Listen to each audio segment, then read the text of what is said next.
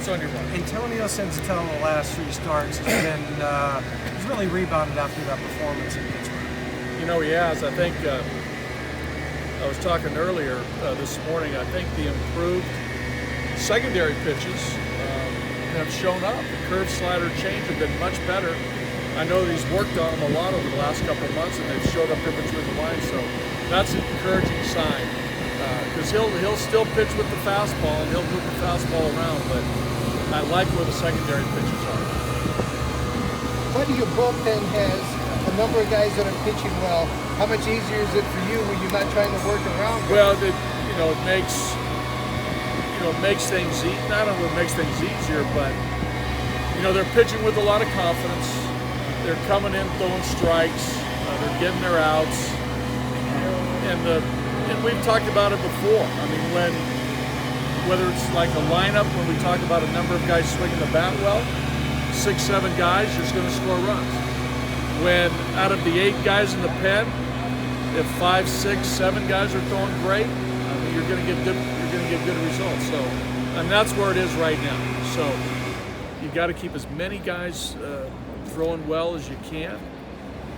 You got to keep them fresh. I think we've done a pretty good job of that, giving guys days off. And really, it starts with the starting pitchers doing their thing, and that's the biggest prerequisite, obviously, of a rested bullpen is the starters. And when you look at the guys the characters you introduced to the bullpen, Bettis, although you had him last year, a little bit of Diaz and Estevez. Guys down there say they come in and they pitch with conviction. Is that what you tell those guys when you put them in the bullpen? Well, I think there's a certain, it's a combination of, aggressiveness, but yet pitching and trusting your stuff. All those, I think you've seen Chad's stuff as far as velocity pickup, the last month or so. Estevez and Diaz have big arms. Now there's a conviction to go with that stuff and pitch aggressive and pitch with your fastball, but I think their success comes from mixing pitches. You just can't overpower big league hitters with just fastballs all the time. You have to mix, and those guys have done a good job with that. It's only been a few games, but off the IL. But Charlie's looked really good, back-to-back multi-hit games. What have you seen so far? Same. Charlie's, the games in New York, I think got him on his feet, and now he's played 4 games in a row. Charlie's a good player. It doesn't surprise me. If you feel when you get Schwarber in the game, you bring it in as Estevez. I mean, they didn't hit the. I mean, Bodie hit the. That was a hard grounder. I mean, it's one of those things. It's a hard grounder. But if it's at Trevor, we say, hey, it's a ground ball to short.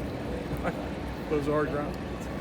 And then the other 2 hits were solid. I mean, he jammed Russell. He missed his spot on Russell. Meant to go away, and he threw it in, jammed him, right? So you say, is that a good pitch? He missed his spot. I'm critical of that, like we talked about. And then the pitch to Almora was a good pitch. Tried to go in, jammed in, just blipped in his. He threw one, I don't know who the right-handed hitter was, but he threw one really very visible back foot slider. Yeah. He threw one to Almora on the 0-2 pitch. But from your and he blew away that Tyler Chatwood on a high fastball for his first big league pop. He's hitting 300 this season.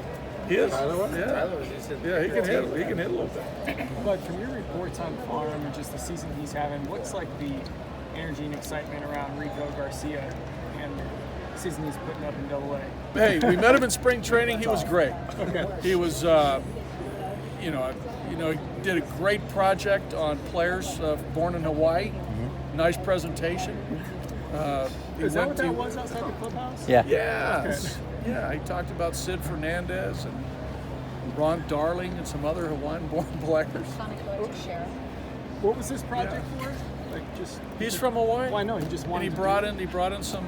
He didn't bring in Hawaiian poi, but he brought in some other Hawaiian-based food for the guys to try. Don Hall music. Hey, Don Ho's. My parents love Don Ho. Hey, oh my God. God, they love Number Don. 12, Brought I some got the pokey whole to the thing. to the press room. I mean, come on, he did his job. There's an excitement around. Keep an eye on Hang it. on a minute. No, in all seriousness. No. I saw Rico last spring training on the minor league side. Yeah. I wandered my way down to the minor league side, and he was throwing a bullpen, and I didn't know who he was, so I stopped and I go, because I like the arm action, the ball was coming out good. I asked one of the minor league pitching coaches who that was, and he said Rico Garcia. And so from that point on, I sort of followed him in the Cal League. He pitched well. And then in the offseason, I knew he was going to be invited to big league camp. So he came, and he didn't disappoint as far as, what he showed us. He had a couple rough games. He trained awful hard in the offseason to prepare for this season. So, I think we're encouraged by where he is now in his career. But he can spin a breaking ball. He's got some life to the fastball. He's got a changeup. We made a couple not so much mechanical changes, but we moved him on the rubber a little bit to help some of his direction and his line. So, he's a guy that's on the radar, which is awesome. Which all players want to be. So we're monitoring. Eastern League Pitcher of the Week, right? Yeah. Yeah. Nearly threw a part of a no-hitter against Trent. Stats are off. And I think they bunted to In the break ninth. up the no-hitter. That's right. And the benches cleared when the game ended. Yeah. How do you feel about that? That's another. Actually, it depends on the game. 3-0 game. Yeah, it was close. pretty close. In the ninth. Combined no. One out. Yeah. It's a combined no-hitter. It's not a one Yeah. guy. I got it okay. I got that okay. Hey, buddy, you said yesterday you might have an update on Tyler after his knee. Yes, he had surgery yesterday. I've been texting with Tyler, and this is really all I got, Kevin. Is that I heard the surgery went well, and he's obviously the day after surgery there's a process that started, and that's. But as far as anything profound or anything really medical from our end, I don't know what it is. He seemed to be in good spirits. Yeah.